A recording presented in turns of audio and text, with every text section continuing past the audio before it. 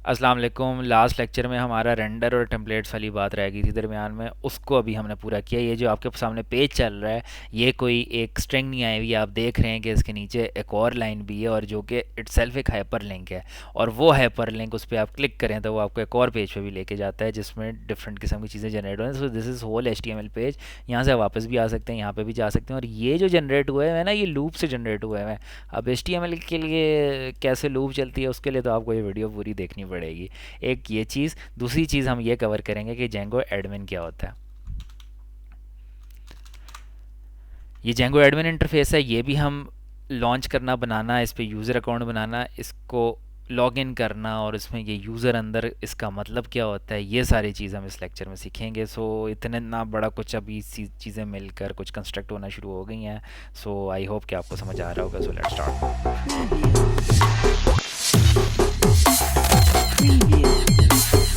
पिछली वीडियो में हम ये कवर कर चुके थे, जेंगो ऐप्स के बारे में हमने जान लिया था। एमवीटी आर्किटेक्चर हमारा हो गया था। व्यूज़ हमने क्रिएट कर लिए थे, यूआरएल्स कर लिए थे, उसकी मैपिंग समझ ली थी। टेम्पलेट्स को हमने नहीं टच किया था डिटेल में।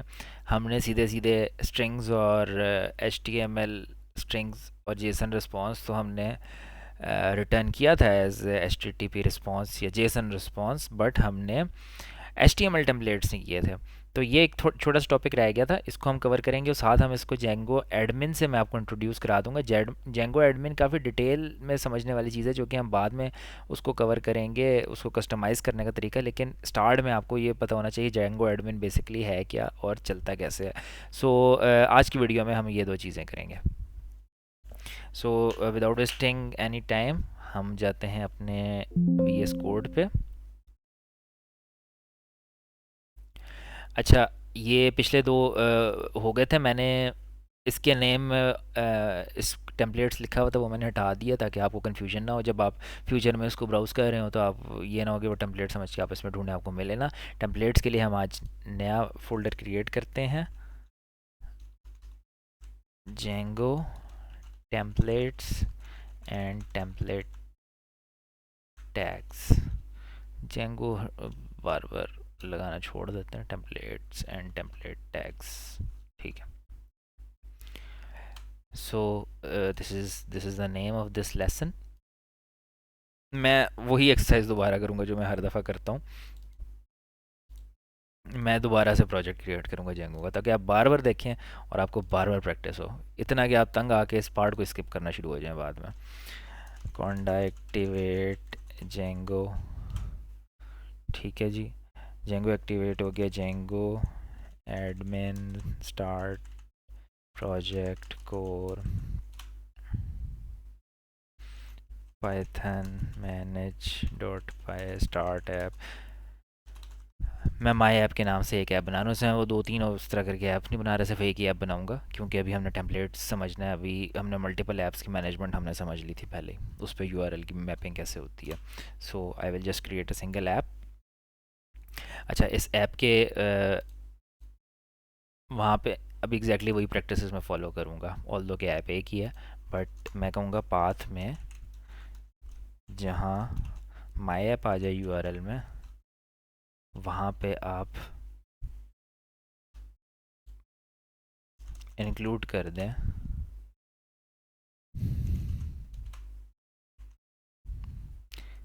My app dot URLs. इसको हमने ऐसे करना है, ठीक है। अच्छा, दूसरा आपने क्योंकि ऐप कर लिया, और यहाँ पे आपको सेटिंग्स में माई ऐप ऐड करनी होगी। इंस्टॉल्ड ऐप्स में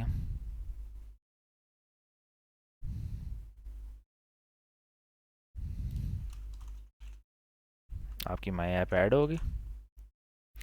और ये जो आपने यूआरएल फाइल्स उसको बताई है, उसको क्रिएट भी करना है ना। यहाँ पे जाके आप urls डॉट पाई की फ़ाइल क्रिएट करेंगे, और फॉर्मेट सेम रखने के लिए हम ये वाली इसको कॉपी पेस्ट कर सकते हैं यहाँ पे। और यहाँ पर जो हम इसके पास लिखेंगे वो सीधा सीधा व्यू से रिलेट करेंगे। एक चीज़ जो यहाँ पे रह गई है, app name is equal to my app. ठीक है। और माई ऐप तो पीछे से पाथ में आ रहा है, तो यहाँ पे आप माई ऐप नहीं लिखेंगे, आप यहाँ पे इसके डिफरेंट जो आपने इस ऐप के पेजेस क्रिएट करने हैं। लेट से हम कह देते हैं पेज, एक हम कह देते हैं इंडेक्स, ठीक है। और यहाँ पे इसका इसके साथ कोई व्यू होगा, views dot index comma name index,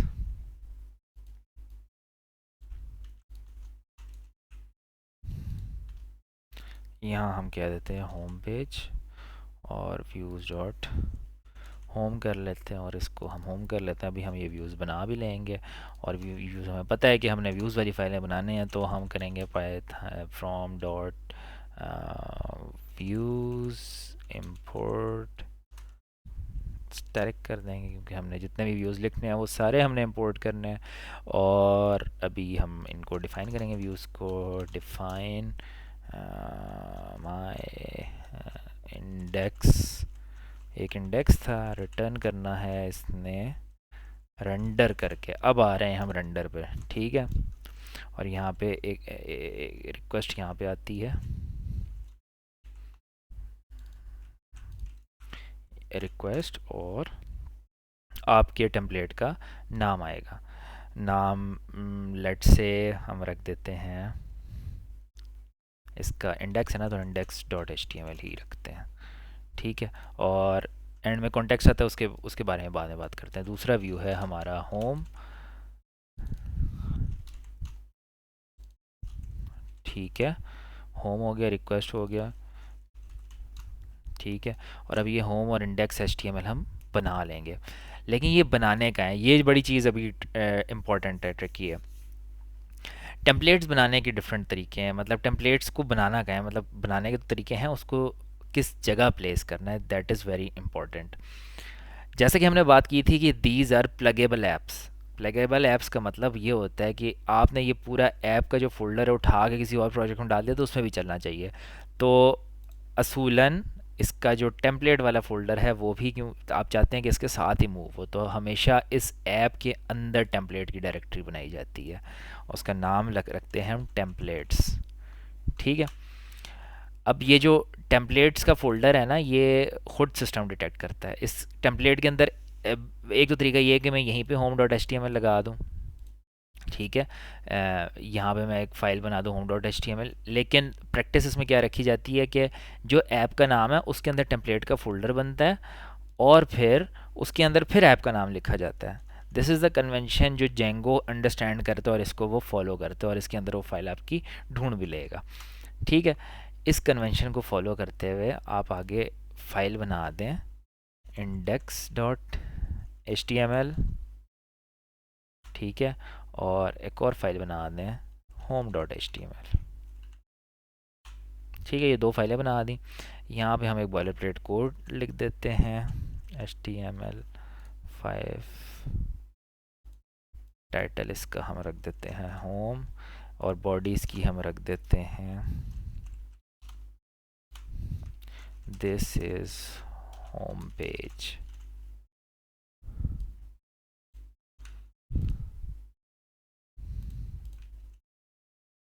और इंडेक्स में हम इसी तरह इंडेक्स रख देते हैं, दिस इज़ इंडेक्स पेज, ठीक है। तो क्या हुआ, हमने दो टेम्पलेट्स बना दिए, और यूआरएल में हमने बता दिया कि इन टेम्पलेट्स को लोड करना है। अच्छा, यहाँ पे क्यों नहीं आया, ये मैंने सेव नहीं किया।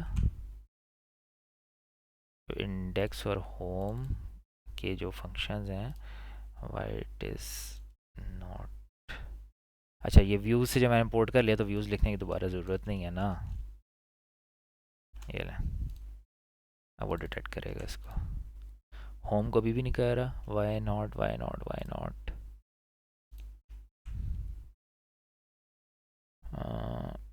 It should detect home as well, इसमें कोई, ओके, पॉसिबली इसको हमें ऐसे नहीं इंपोर्ट करना चाहिए, फ्रॉम डॉट इंपोर्ट व्यूज़ कर देते हैं, और व्यूज़ डॉट करके कर लेते हैं वो कहीं और का इंडेक्स और होम रीड करना शुरू हो जाए। Why home is not still being read. इसका इसमें हमने कोई गलती तो नहीं की हुई इसके सिंटेक्स में। अच्छा हाँ की हुई है ना, ये रिटर्न होम की जगह रिटर्न होम किया हुआ रिटर्न अंडर की जगह। ठीक है, तो स्टिल नहीं आया, वाई नॉट। इसका अगर हम नाम चेंज करें, इंडेक्स 2 करें, ये तो रीड हो रहा है। अच्छा okay okay okay okay, got it. Syntax में छोटा सा मसला है, सॉरी, कॉमा आना है यहाँ पे। ठीक है जी, ये हो गया, अगला भी हो गया।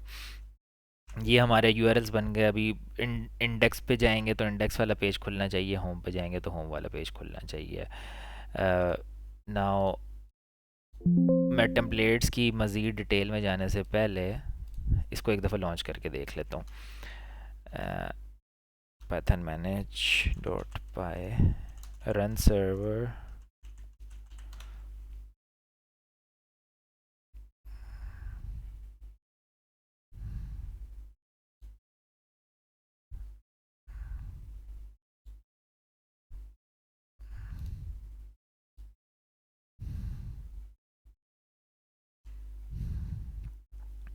यहाँ पे हमने क्या उसको देना था, माय ऐप का index.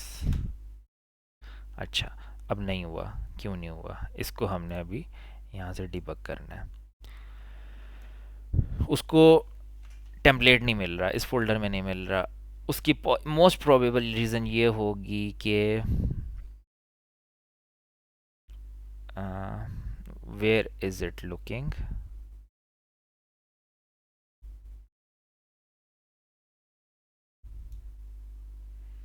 my app source does not exist। देख वो सही जगह पे रहा है, my app templates, okay okay okay.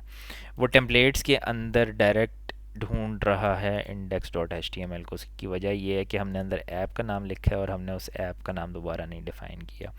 इसको हमने यहाँ पे लिखना है माई ऐप,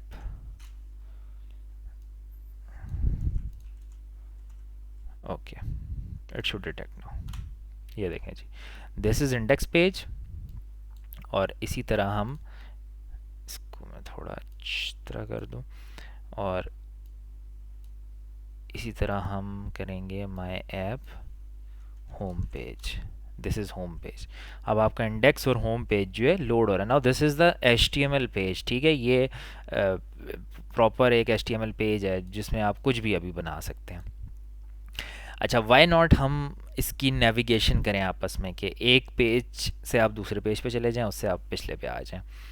अच्छा, ये जो मैंने यहाँ पे टेम्पलेट्स का फ़ोल्डर बनाया है ना, ये ऑटोमेटिकली डिटेक्ट हो रहा है। इससे आगे आपने जो भी एड्रेस देना है ना, अगर आपने माई ऐप का फ़ोल्डर बनाया तो आप यहाँ पे माई ऐप करेंगे, इससे पीछे टेम्पलेट्स तक वो खुद ही घुस जाता है, उसे पता होता है। अच्छा, इस इसकी इसकी मतलब जस्टिफी आपको मैं इसका एविडेंस दे देता हूँ कि ये कोई इत्तेफाक नहीं है कि ऐसे काम कर रहा है, ये इसकी डॉक्यूमेंटेशन कहती है। ये देखें,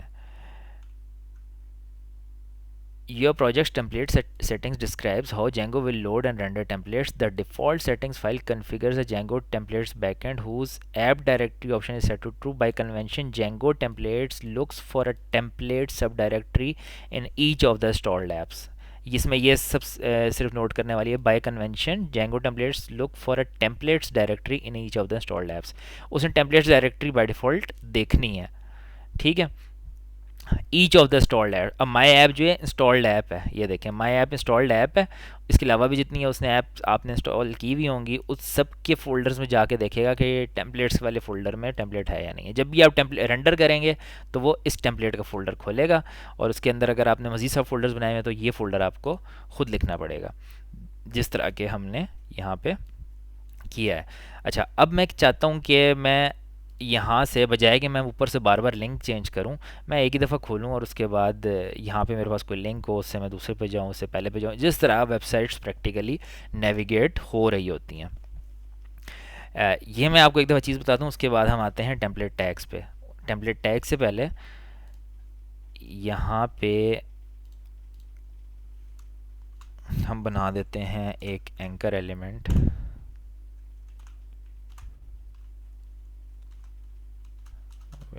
ये एक तो जेंगो एचटीएमएल नीचे स्विच हो जाता है। अच्छा, एचटीएमएल भी दो किस्म के हैं, जेंगो एचटीएमएल और एचटीएमएल। जहाँ पे आपने एचटीएमएल यूज़ करना आप एचटीएमएल कर लें, फ़र्क इतना नहीं पड़ता, सिर्फ फॉर्मेटिंग और ये जो आपके इस तरह ये हो जाते हैं लोड फ़ौरन से, वो एचटीएमएल में ज़्यादा अच्छा होता है, जेंगो एचटीएमएल में नहीं होता।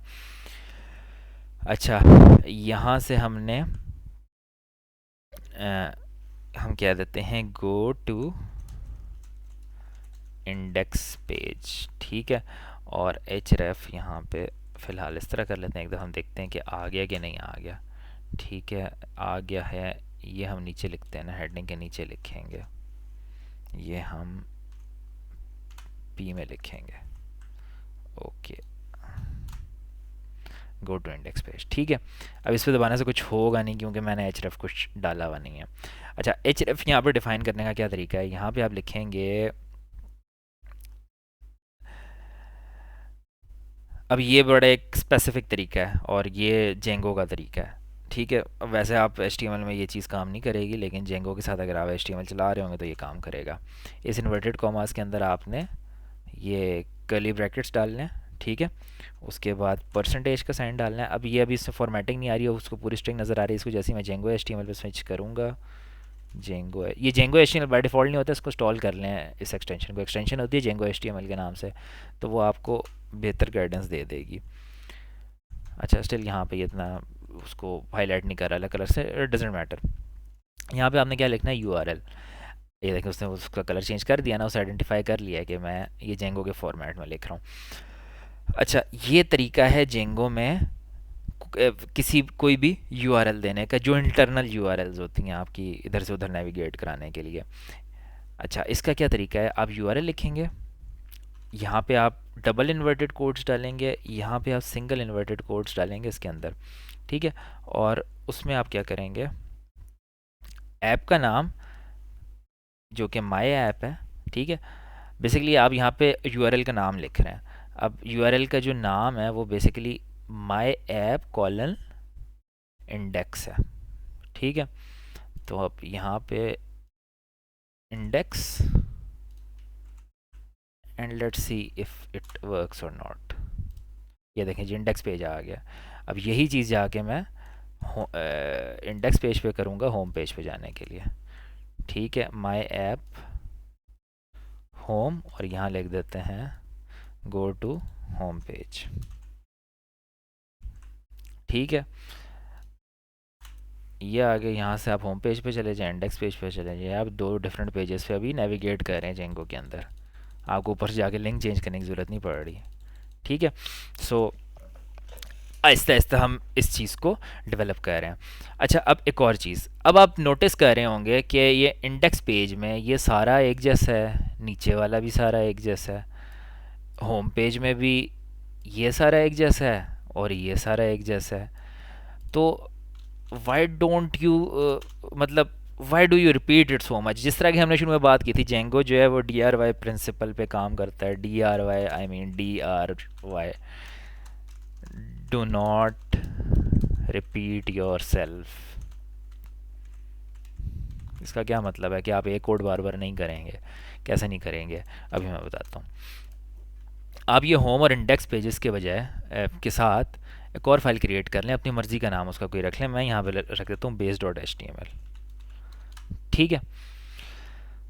अब ये जो सारा फॉर्मेट है ना, ये मैं एक ही दफ़ा कॉपी करूँगा base.html में, ठीक है।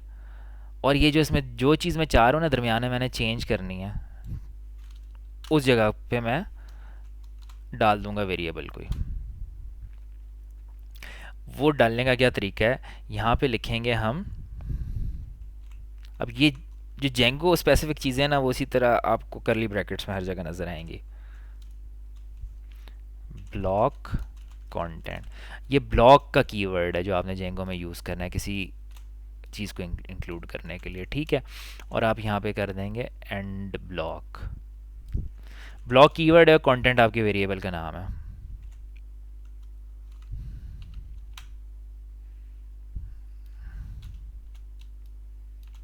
ठीक है, ये ब्लॉक कंटेंट एंड ब्लॉक। और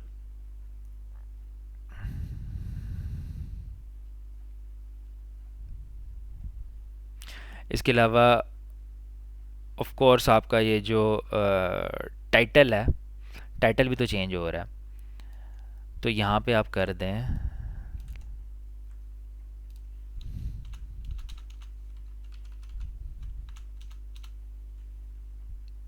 ब्लॉक टाइटल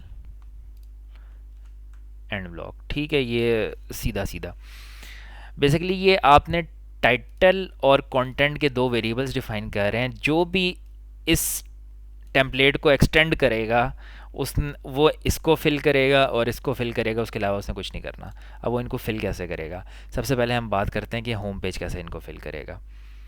ये सारी कहानी हटा देता है, अब होम पेज पे इसको दोबारा लिखने की ज़रूरत नहीं है, सिर्फ ये चीज़ यूनिक थी ना। ठीक है, हम कहेंगे कि जो इसका ब्लॉक कंटेंट, जो कंटेंट था ना, जो बेस में ये वाली चीज़ थी, ये यही वाली एग्जैक्ट यही वाली चीज़ जो आप उठा के इसमें होम पे डाल दें और एंड ब्लॉक यहाँ पे डाल दें, तो क्या होगा, ये चीज़ उसके अंदर जाके फिट होगी। लेकिन ऐसे नहीं होगी। अब इसको क्या पता ये कौन सा वेरिएबल है कंटेंट, इसके लिए आपने इससे पहले क्या करना है, बताना है कि ये कंटेंट वेरिएबल के अंदर ये चीज़ क्रिएट करके कहाँ जाके प्लग हो रहा है। उसके लिए आप करेंगे एक्सटेंड्स, कि ये किसको एक्सटेंड कर रहा है, ये बेसिकली बेस को एक्सटेंड कर रहा है। So you will write base dot H T M L. अब क्योंकि base dot H T M L direct templates में नहीं अवेलेबल, तो इसको हम करेंगे my app base dot H T M L. ठीक है, वो जब भी आप एक्सटेंड की कमांड यूज़ करेंगे ना, वो अगेन जो उसका प्रिंसिपल है कि उसने हर इंस्टॉल्ड ऐप के टेम्पलेट्स वाले फ़ोल्डर में जाना है। जब वो माई ऐप के टेम्पलेट्स वाले फ़ोल्डर में जाएगा तो वहाँ पे इस एड्रेस पे उसको मिलेगा। सो ये इसका हो गया। इंडेक्स का भी ऑलमोस्ट इसी तरह होगा। ठीक है, अच्छा हमने टाइटल तो फिल किया नहीं है, तो इसी तरह इंडेक्स पेज होम पेज। अच्छा, ये दो पेजेस हो गए हमारे होम इंडेक्स। हाँ, टाइटल तो मैं कह रहा था फिल किया नहीं है, तो टाइटल वाला हमारा ये था। ये लें जी, अब आप टाइटल भी इसके अंदर इंजेक्ट कर दें। टाइटल इसका क्या है, होम। टाइटल आता किधर है, ये जो नज़र आ रहा है ना ये ऊपर टैब में आपको, दिस इज़ द टाइटल। ठीक है, जहाँ पे हम डाल रहे हैं, तो ये होम पेज का होम पे आ जाएगा। इंडेक्स का टाइटल आप यहाँ से इंजेक्ट करेंगे, index. So I think now it should work perfectly fine. Just just to verify इसको हम एक दफ़ा रिफ़्रेश करके देखते हैं। यानी रिफ़्रेश किया, आ रहा है उसी तरह, होम पेज पे जा रहे हैं, होम पेज पे काम कर रहा है। जस्ट टू मेक श्योर कि ये कोई पिछली कैश से नहीं रिट्रीव कर रहा है, ये जो हमने नए चेंजेस किए हैं यही चेंजेस सही तरह काम कर रहे हैं। इसके लिए हम कह देंगे this is index page using Django tags. ठीक है, ये यूजिंग जेंगो टैग्स आगे हम लगा देंगे। ये लें, ये देखें जी, this is home page using Django tags, index page, this is index page using Django tags. ये चीज़ क्लियर हो गई। अब आप देखें, आपका जो बेस है ना वो एक कांस्टेंट रहेगा। अब आप उसमें ऊपर नेविगेशन बार डालें, जो चाहे डालें, नीचे आपकी वही चीज़ खूबसूरती के साथ चलती रहेगी। नेविगेशन बार डालना है, उठा लें कोई भी नेविगेशन बार का टेम्पलेट, चैट जीपीटी से जनरेट कर लें। बात यह कि आपने चेंज जो है ना सिर्फ इस वाली एचटीएमएल में करना है, बाकी जो है हर पेज पे वही चीज़ नज़र आ रही होगी, क्योंकि आप बेसिकली इसी बेस के अंदर कभी ये वाला कंटेंट इंजेक्ट कर रहे हैं, कभी कोई और कंटेंट इंजेक्ट कर रहे हैं। आप जो भी एचटीएमएल चूज़ करें वो जाके इन पर्टिकुलर टैग्स के हिसाब से इस बेस में जा रहा है। ये सारा समझने के लिए ये आपके पास गिट पे मैं अवेलेबल कर दूंगा, इन कोड्स को देख लीजिएगा, आपको समझ आ जाएगी। अच्छा, अब आपको मज़े की बात बताऊँ, एचटीएमएल के अंदर इफ़ एल्स भी चलता है, फॉर लूप्स भी चलती हैं, लेकिन अगर वो जेंगो एचटीएमएल हो, नॉर्मल एचटीएमएल में नहीं। अब फॉर लूप कैसे चलानी है, इफ एल्स लूप्स कैसे चलानी है, वो मैं आपको बताता हूँ। उसके लिए अभी हम एक्सप्लोर करेंगे टेम्पलेट टैग्स। अब हम व्यू में आ जाते हैं। व्यू में इंडेक्स में यहाँ पे जो तीसरा आर्ग्यूमेंट होता है ना, दैट इज़ कॉन्टेक्स्ट। आप ना HTML के अंदर वेरिएबल्स पास कर सकते हैं, यही तो जेंगो की खूबसूरती है। बेसिकली होता क्या है कि कोई भी व्यू ना, वो इस स्टेप पे क्या करता है, reads the database, creates context variable. Basically context variable dictionary होता है, जो कि हम पाइथन की डिक्शनरी कह सकते हैं, और फिर वो उस डेटाबेस को इधर कॉन्टेक्स्ट वेरिएबल के अंदर पास कर देता है। ठीक है, तो अभी हमने डेटाबेस नहीं सीखा, हमने ORM नहीं सीखी, मॉडलिंग नहीं सीखी, तो हम खुद ही एक डिक्शनरी क्रिएट कर लेते हैं, माय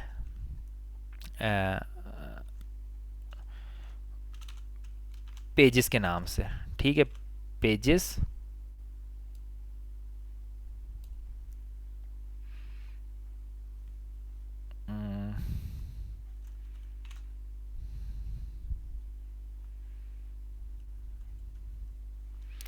यहाँ पे लेट से, सॉरी, कॉन्टेक्स्ट इसको रहने देते हैं, माय डिक्शनरी कह देते हैं इसको। ठीक है, कोई भी डिक्शनरी है उसमें पेजेस की है, और वैल्यू क्या है,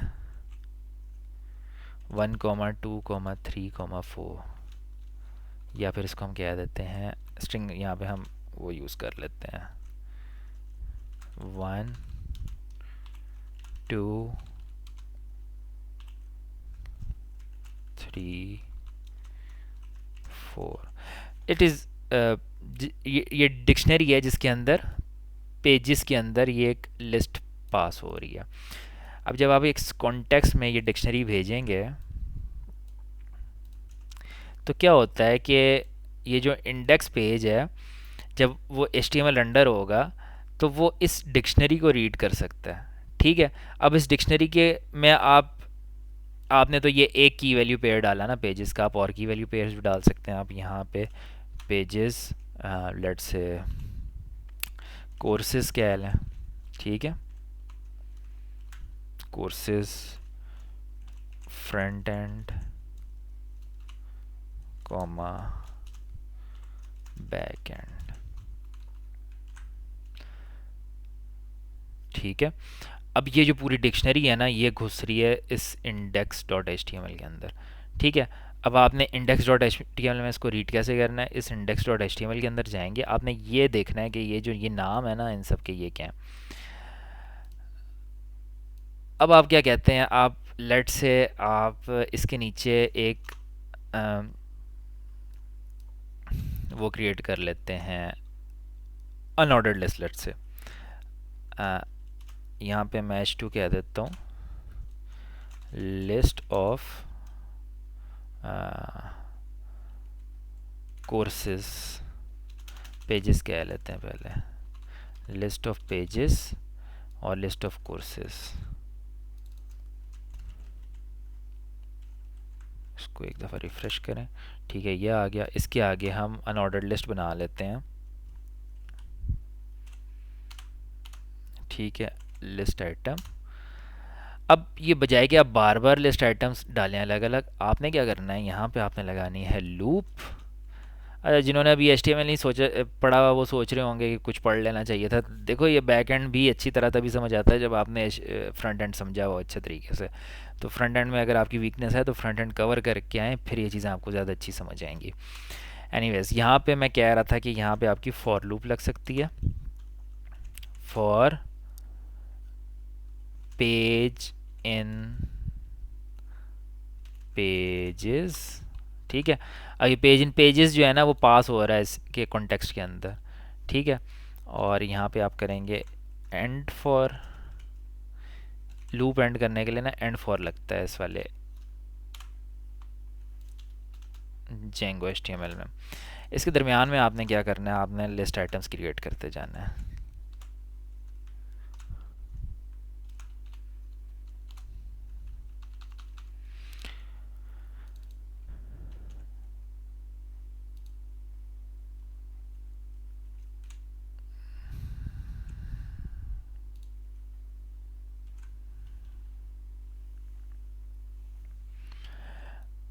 अच्छा जी, I think it should work now. अगर नहीं काम करता तो इसको मे भी थोड़ा सा मॉडिफाई करना पड़े, लेट्स सी क्या होता है। अच्छा, ये 4 दफ़ा लूप तो चल गई है, लेकिन उसने वो पेज को एज इट इज़ कर दिया है। अब गलती मैंने क्या की है, देखें यहाँ पे HTML तो नहीं काम करना बंद कर देगा ना। HTML में आप कोई चीज़ लिखेंगे तो उसने तो उसको पेज ही लिखना है, लिस्ट आइटम पेज, वो तो इसी तरह करेगा।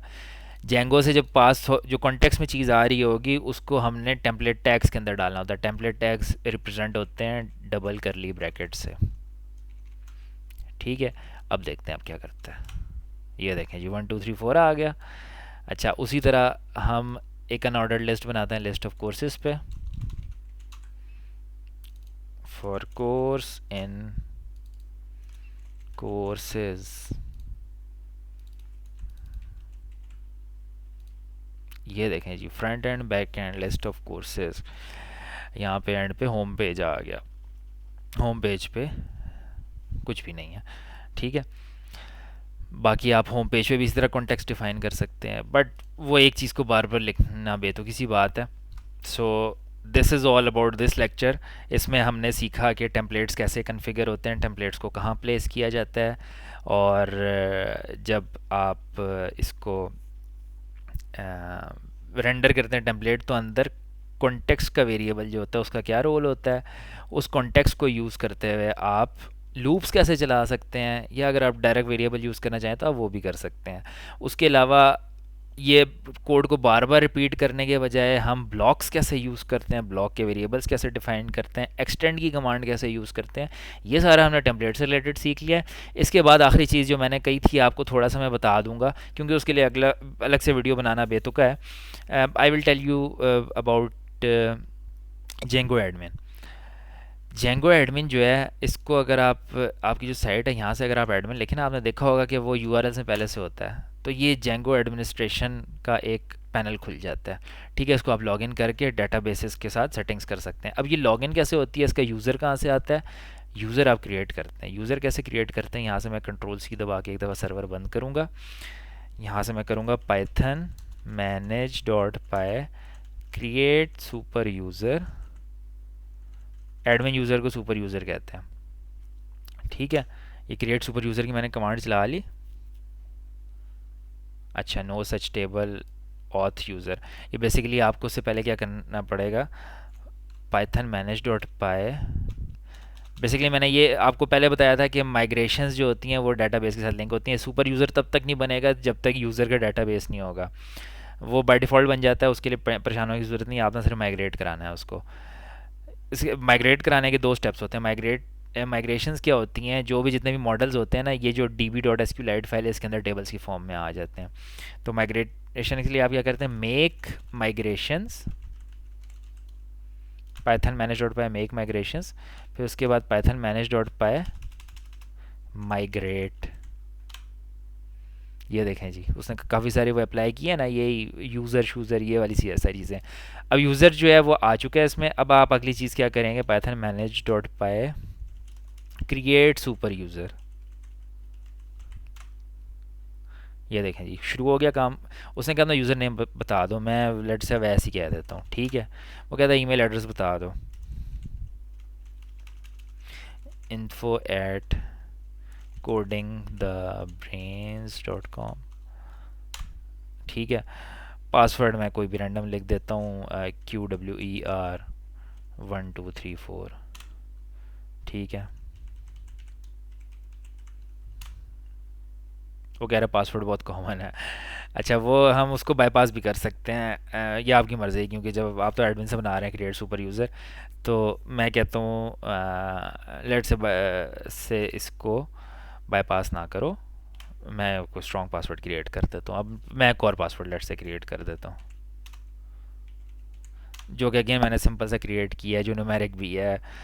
लेकिन इस दफ़ा मैं कह रहा हूँ कि मैं वो वैलिडेशन नहीं करवाना चाह रहा। ये वैलिडेटर्स आप खुद भी बना सकते हैं, तो बट मैं कह रहा हूँ स्किप कर दो वैलिडेशन। ठीक है, तो उसने मेरा सुपर यूज़र बना दिया। अब मैं सुपर यूज़र से जेंगो एडमिन में लॉग इन कर सकता हूँ।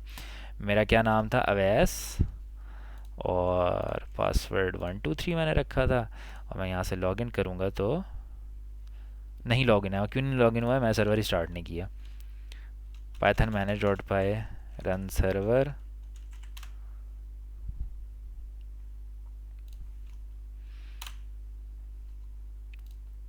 ये लें जी, आपका जेंगो एडमिन स्टार्ट हो गया। अच्छा, जेंगो एडमिन के अंदर आप जितने मॉडल्स बनाएंगे, जितना भी डाटाबेस होगा, आप उसके साथ यहाँ पे इंटरेक्ट कर सकते हैं, उसकी वैल्यूज़ देख सकते हैं, उन वैल्यूज़ को मॉडिफाई कर सकते हैं, चेंज कर सकते हैं।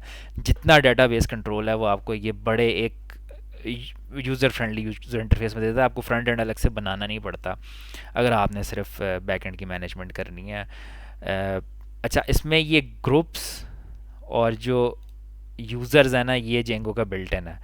ऑब्वियसली यूज़र था उसके अंदर, तभी तो उसने मेरा सुपर यूज़र बनाया। ये देखें, जो मेरा यूज़र है ना, ये डाटाबेस के अंदर आ रहा है, उसका यूज़र नेम अवैस था, ईमेल एड्रेस ये था, फर्स्ट नेम लास्ट नेम ज़रूरी फील्ड्स नहीं थी, इसलिए मैंने नहीं पॉपुलेट की, ना उसने पूछी।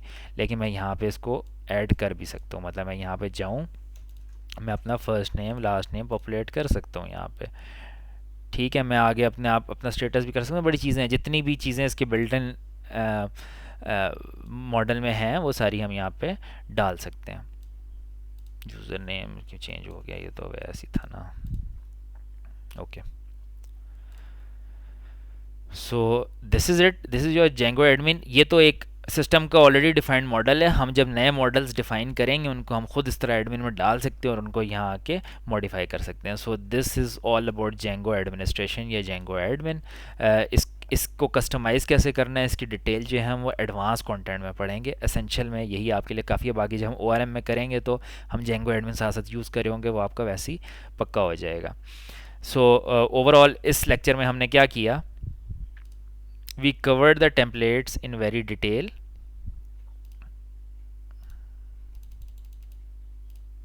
और Django एडमिन इंटरफेस को देख लिया। ठीक है, उम्मीद है आपको समझ आ गई होगी। और ये बड़ी इंपॉर्टेंट चीज़ें हैं, जिस तरह मैंने टेम्पलेट्स को कॉन्फ़िगर किया है वो आपने समझना है। अगर आप उसके अलावा आगे पीछे करेंगे तो तब भी आप टेम्पलेट्स को रीलोकेट कर सकते हैं, डिफरेंट डायरेक्टरीज डिफाइन कर सकते हैं। वो जब हम आगे कॉम्प्लेक्स ऐप्स बना रहे होंगे तो वो मैं आपको सिखा दूंगा।